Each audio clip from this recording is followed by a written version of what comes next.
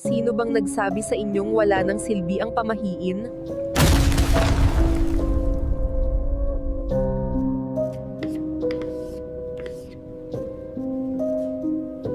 Sino sa inyo dito ang naniniwala sa pamahiin?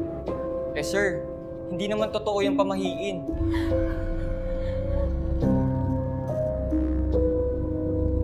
Sige, patunayan ninyo sa akin at bibigyan ko kayo ng mataas na grado.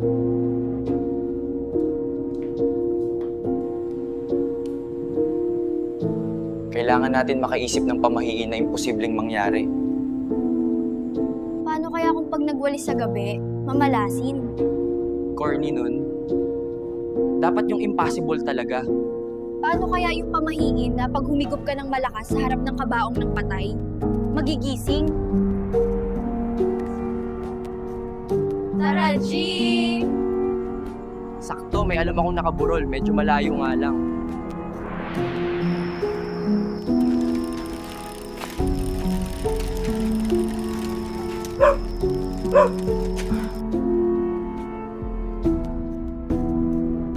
Nakikiramay po kami. Tumuloy muna kayo, mga bata. Magsopas muna kayo, mga bata. Sakto tong sopas na to sa video na gagawin natin.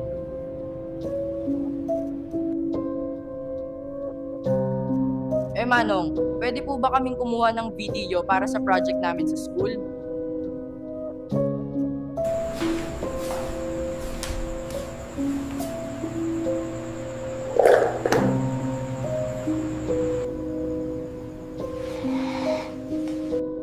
Guys, kanina ba may matandang babae doon?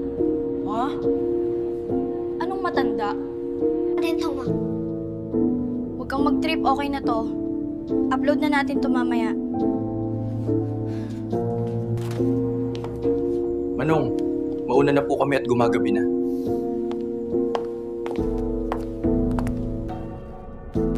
Mag-iingat kayo mga bata at huwag muna dumiretso sa mga bahay ninyo. Magpagpag muna. Ay nako, pamahina naman.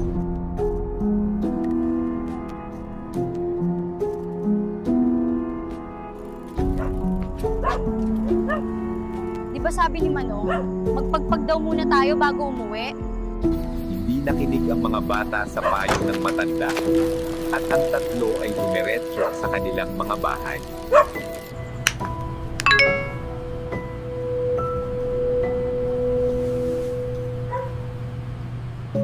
Hoy,